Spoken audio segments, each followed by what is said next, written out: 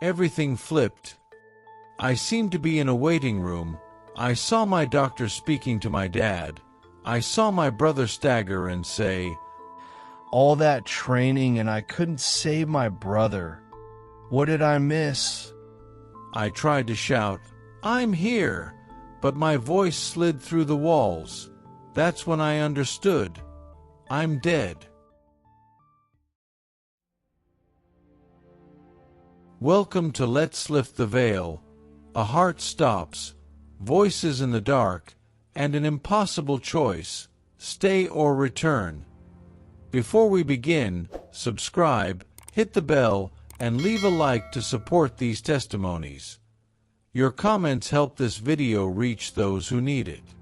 Tonight, a testimony from a man who moved from darkness to light during a near-death experience on February 20th, 2004, amid cancer treatment and a cardiac arrest.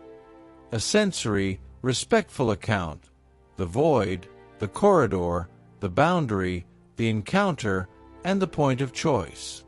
Stay to the end for my life behind the veil closing segment. What changed afterward, and how this experience reshaped an entire life. You can call me Mark. That's not my real name. I'm hiding my identity to protect the people I love.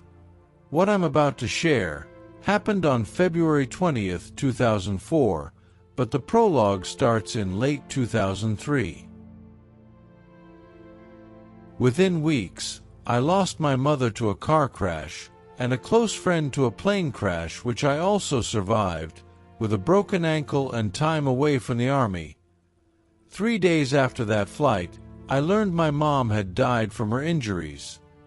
It felt like someone dimmed the stage lights of my life one by one, until I couldn't see my own hands. Soon after, came the stomach cancer diagnosis. The treatment was heavy. They warned me, "There's a very small chance this drug can trigger a heart attack." I joked, "Better odds than the lottery." Life does enjoy dark humor sometimes. One afternoon, a strange weight settled in my chest. My brother, an army medic, checked my blood pressure and said that calm word that actually means urgent: "You're having a heart attack."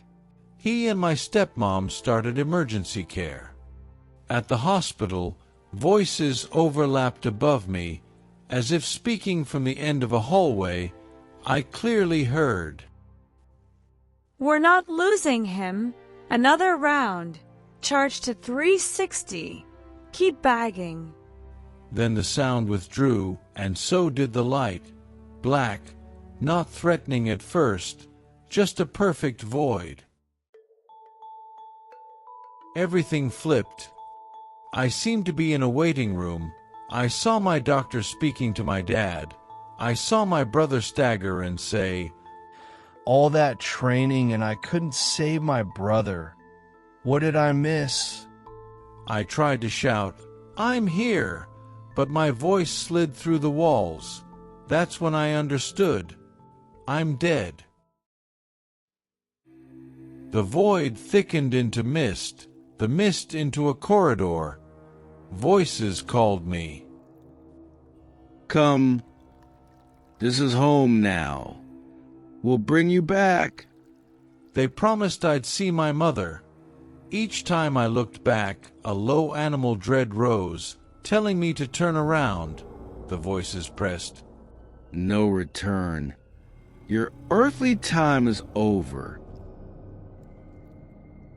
A sulfur smell cut through the mist.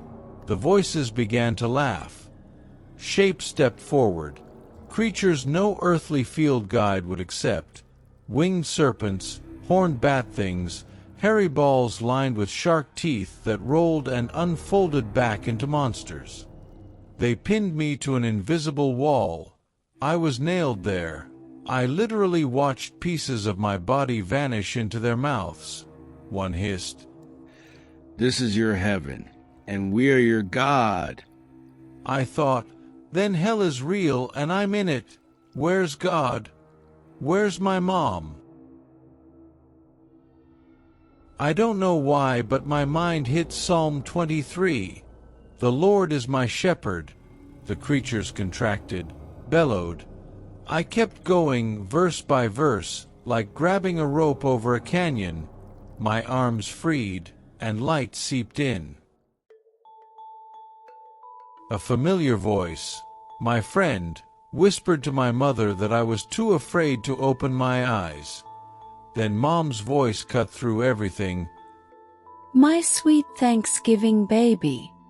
Open your eyes, it's over now. I opened.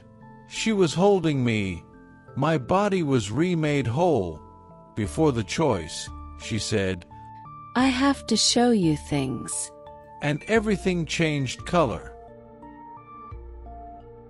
We crossed a landscape where an ancient castle crowned a green hill sweet as candy. Knights rode to battle, shepherds watched their flocks. The grass smelled like watermelon, so vivid, I wanted to bite a handful. Mom smiled and said, Here, it's for the sheep. Then a cobalt ocean, depth beyond speech. She told me to drink. The water tasted like a raspberry bubblegum snow cone. I know how it sounds. Over there, reality runs by other rules. Then she showed me my family without me, rooms soaked in grief, silences heavy as unfallen rain. I understood this was part of what she called the point of choice. A golden light drew near with a brighter center, a presence that didn't speak. To my right, my life played. Friends, schools, pranks, pets, then the hurt I'd caused.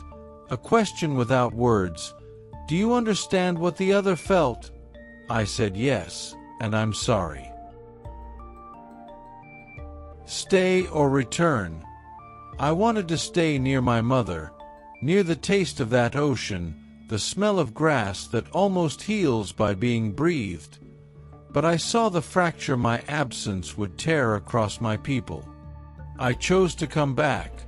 Mom held me and said, Close your eyes. Think of me. When you open them, you'll be with your dad. You'll hurt a little, then it will pass. A rain of answers poured through me, as if meaning itself tried to settle all at once, and return. I opened my eyes in the ICU. 6 hours had gone by. My family stood there. I had no pain. A week later, I went home, and 3 months later, I was healed. My life, behind the veil. I'm keeping this part for the end on purpose. Recovery first. Doctors expected at least 6 months before any healing. My body closed the gap on its own. 3 months and I was well. It still surprises me. Something in my perception also shifted. At times, I can sense intentions. Who'll lie, who might harm or steal. I don't make a show of it. It arrives, it warns, and it's on me to remain a brother to people. That word lives in me now. Brotherhood. My faith changed. I used to debate heaven and hell. Now I don't have much to debate. I believe our choices carve what awaits us. I pray simply. Sometimes the same psalm returns, like a life buoy. In daily life, I can't handle zombie movies anymore. One trailer and my night's done. When I share my story, reactions range from "it was the meds" to "you're crazy" to "you didn't believe and that's why" to "don't talk about hell, it scares people." And then there are those for whom my story becomes comfort. I'm not here to convince. If one person feels eased, that's enough. With my family, I practice simple presence, more calls, more patience, and the reflex to offer help before it's asked. I'm no longer afraid of death, but I hold a deep reverence for life. If I use humor now and then, it's soul hygiene, not a way to dodge the weight of things. You don't need my real name to grasp what God allowed me to glimpse. Each of us has a portion to carry here. For me, to be a good brother and son, the rest will follow.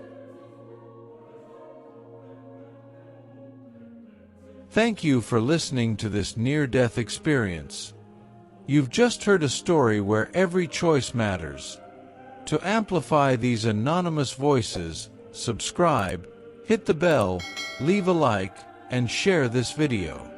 Post a comment with your takeaway or a word of encouragement for the witness. Find more in the dedicated playlist, and let's keep lifting the veil, one episode at a time. Take care of yourself and your loved ones.